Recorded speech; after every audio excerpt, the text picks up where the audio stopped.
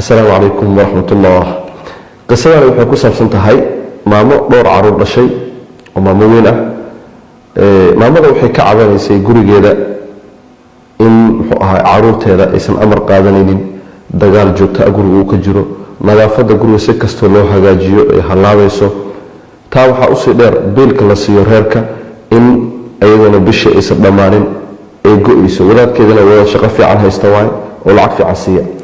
markuu biil fiican siiyo bishii oo san dhamaanin baa wuxuu ka dhamaanayaa biilkii ka go'aya haddana haddii lagu soo daro sidoo kale bisha ma gaarsiinayso wixii dhan way iska dhamaanayaan taa waxaa u dheer guriga mashaakilka ka jiray wixii guriga la keeno waa dhumayaan muddo kadib baa la helayaa si kasta haddii loo raadiyo guriga laga soo dhex saari karo mashaakil fara badan oo ay ka mid tahay caruurtii inay madaarista lagu kari waayo kadib waxay tihi maamadii waxaan dhegaystay raadiyaha ka dhegaystay wadaad ka sheekeynaya fadliga ay leedahay iyo faa'iidada leedahay suuratulbaqara iyo guriga lagu akhriyo inay barakoobayo waxay bilowday maalinkaa ka dambeeyo inay suuratulbaqara guriga ku akhriso caruurteedana ku amartay inay suuratulbaqara guriga ku akhriyaan kadib waxaa dhacay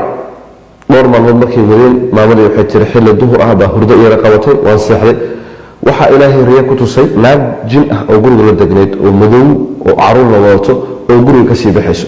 waxay tiri maxaad ahayd guriga maxaad ka rabtaa markaas waxay tiri jin baan ahaa guriga kula deganaa ninkaan kula wadaagi jiray caruurtan kula wadaagi jiray dadka anaa isku diri jiray dhib badan baan guriga ka geysan jiray suuratulbaqara baa nagu karkariseen oo nagu gubteen waana idinka guurnay waana idinka qaxaynaa markay hurdadii ka soo kacday waxay tiri wixii markaa ka dambeeyey waxaan bilaabay qabow iyo deganaansho gurigiina wuxuu bilaabay gurigana arrintiisa way toostay nadaafadda way toostay raashinkii biilka uu keenay wadaadka ayadana bishii dhammaanin baa raashinkii weli uu sidiisa u yaalaa rasuulka ilaahay run buu sheegay markuu yidhi suuratulbaqara fadligeeda uu ka sheekeynayo oo kamaa qaala calayhi salaatu wasalaam akhduhaa baraka wa tarkuhaa xasra walaa tastatiicuha albatala guriga suuratulbaqara lagu akhriyo ama qofkii suuratulbaqara akhriya qaadashadeeda baqra uu qaadanayo wuu ku barakoobayaa ka tegisteedana wuu ka shallaynaya qofka